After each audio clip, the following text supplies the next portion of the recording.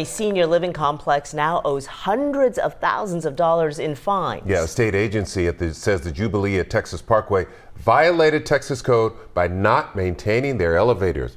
Orko Manna is live in Missouri City tonight. Orko, this comes nearly 2 months after you have been reporting on this issue.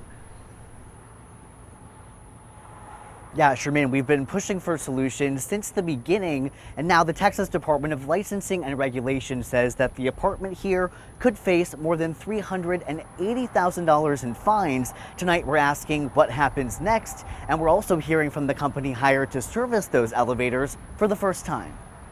Every day I would imagine you walk past this and you see this sign. I mean, what kind of goes through your head when you see that?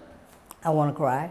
Betty Benford lives on the second floor of the Jubilee at Texas Parkway. I first met her and her wheelchair-bound husband at the beginning of May, just days after the building's only working elevator stopped working. The other one has been broken since before Beryl. Do you ever press those buttons hoping that it works? Yes, I do it at least once a week. Fast forward to today and the elevators are still down. He has not been out of this apartment for anything since April.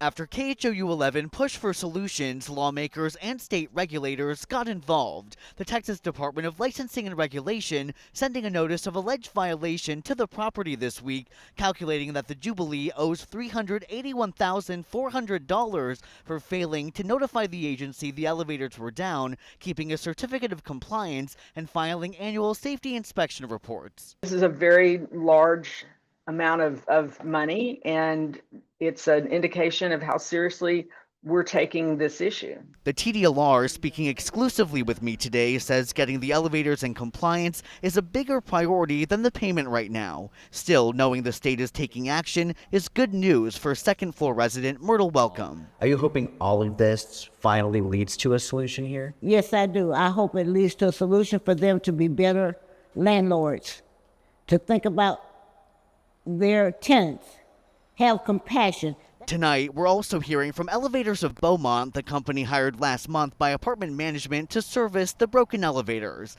They tell me, quote, "Our technicians have been actively working to identify every possible way to accelerate repairs. This includes sourcing hard-to-find parts, repurposing compatible components from other elevator units, and navigating ongoing supply chain challenges with urgency."